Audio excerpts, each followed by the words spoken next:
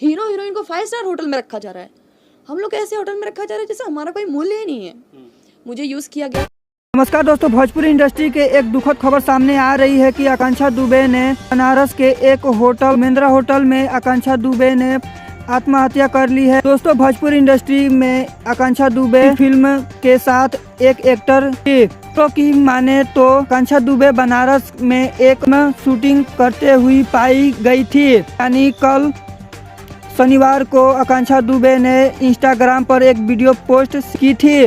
दोस्तों, आपको बता दें कि आज ही आकांक्षा दुबे का पावर स्टार पवन सिंह के साथ गाना आया था, जिस गाना का नाम था कि प्यारा कभी हारा नहीं। तो आकांक्षा दुबे बहुत ही फिल्म और गाने में की थी। हालांकि आकांक्षा दुबे इस वजह से आत्महत्या की है, इसका तो कोई पता नहीं है। दोस्त, अभी बहुत बड़ा झटका लगा है। दोस्तों, आप भगवान से प्रार्थना करिए कि आकांक्षा दुबे का आत्मा को शांति मिले।